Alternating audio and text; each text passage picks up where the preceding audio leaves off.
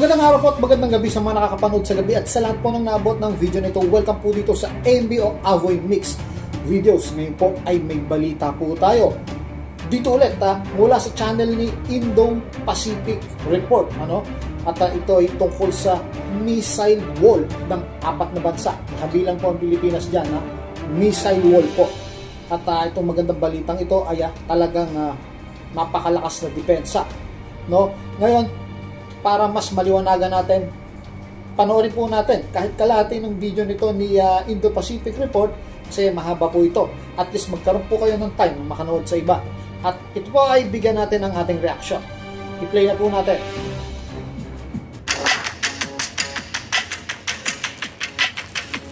We underscore our drive to modernize the armed forces of the Philippines, enhancing interoperability with our allies and reinforce the comprehensive archipelagic defense concept. It is our way of ensuring that the AFP remains a capable, agile, and forward-thinking force prepared to defend and ready to respond and poised to lead.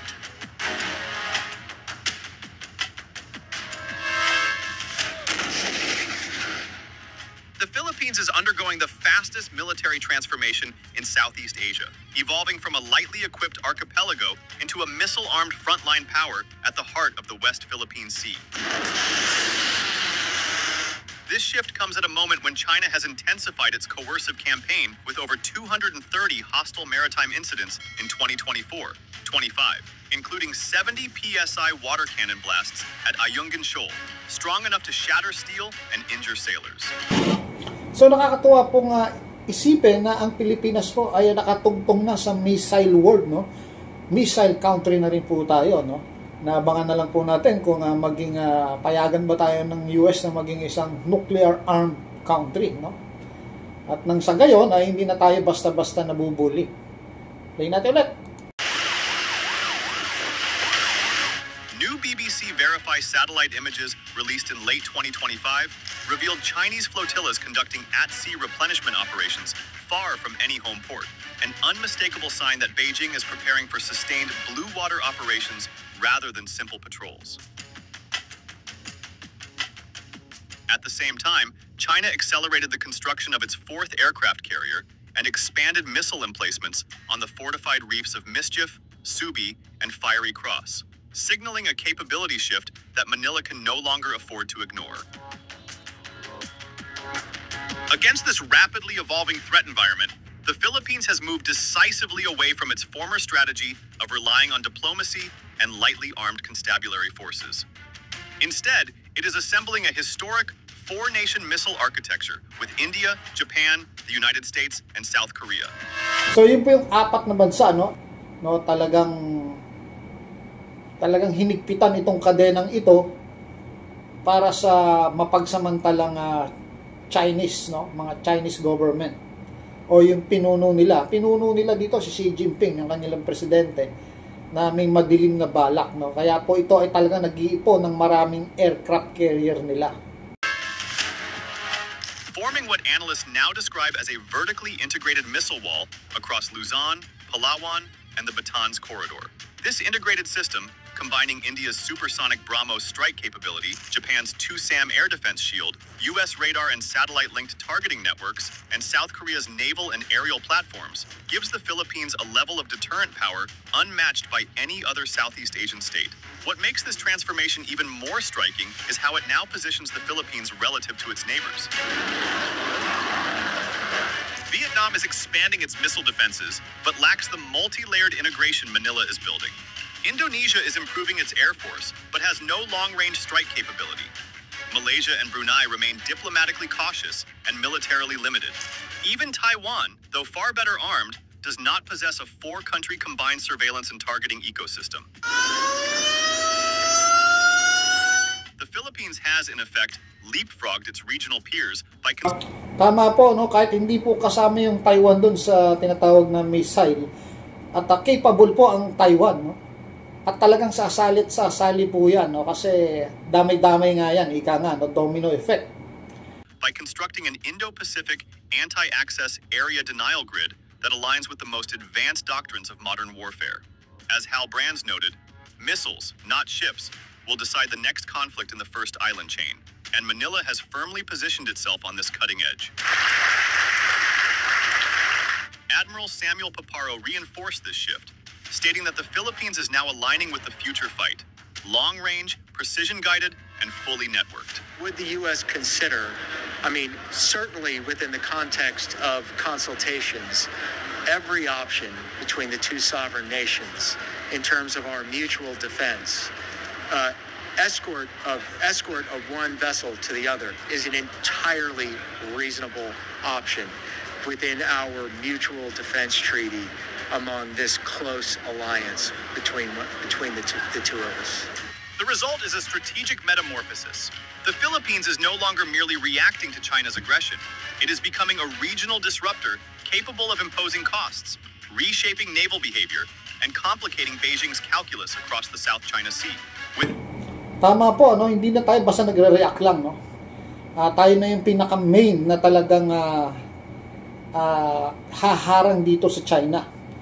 Kaya nga dito itinayo yung pinakamaraming site, no, yung EDCA site ng US, at saka nagbabala na rin po si Hegseth. Yung si Hegseth po, siya po yung chief ng Pentagon, na sino man sa allied nila ang hindi mag-upgrade nung tinatawag na firepower nila o pangdepensa ay magkakaroon ng makakaranas ng consequences. So inuobliga nila yung mga allied nila na mag-step up sa defense laban sa China. China Sea. With its new missile wall, the country has entered a new era. One defined not by vulnerability, but by deterrence, confidence, and an emerging ability to defend its rightful waters with precision and power. Well, definitely we will continue our patrols in the West Philippine Sea. No, not just maritime sea patrols, but also our air patrols, because it is our obligation. It is our job to do that, no, to protect our rights, our sovereignty, and our rights in the West Philippine Sea.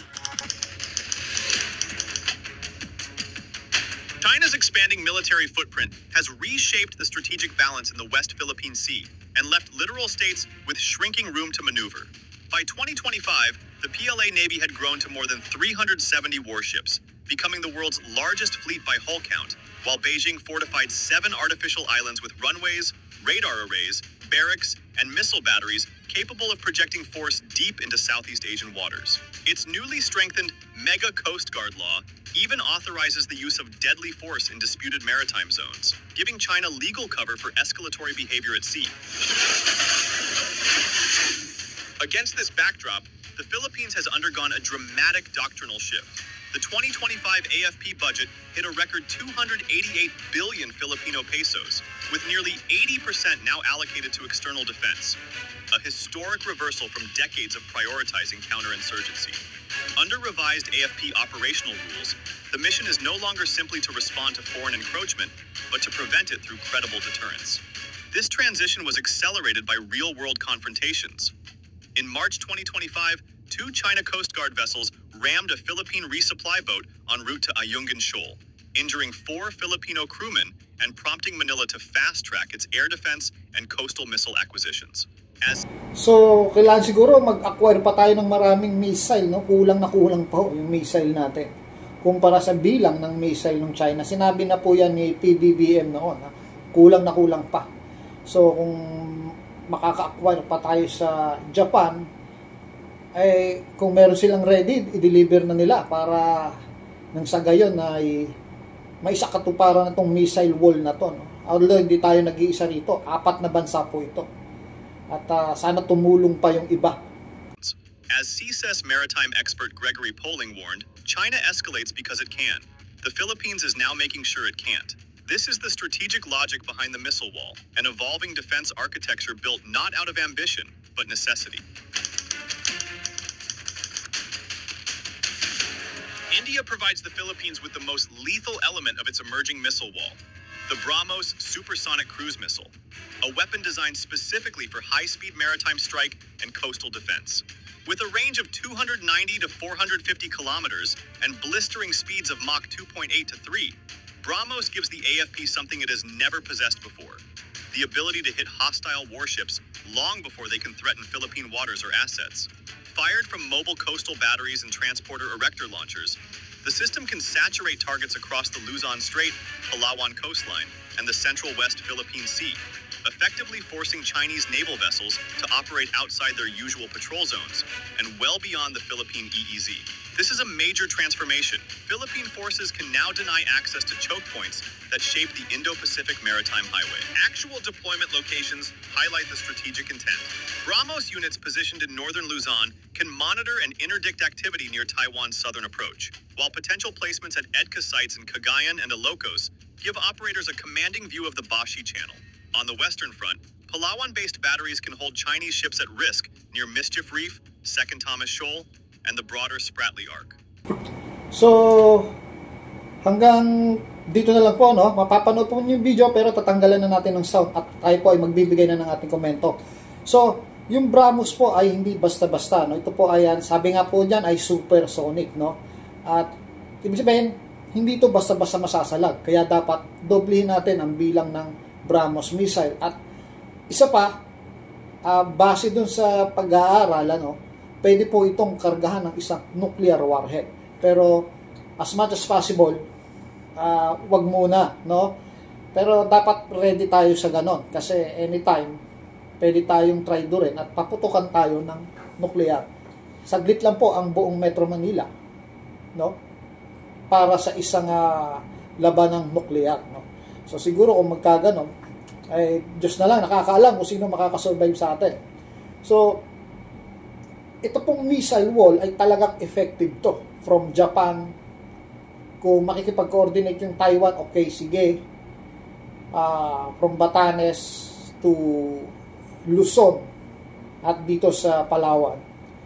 Kung mababakuran niya ng isang missile at mapaparami yung depensang missile dyan, talagang mahihirapan po ang China makalapit.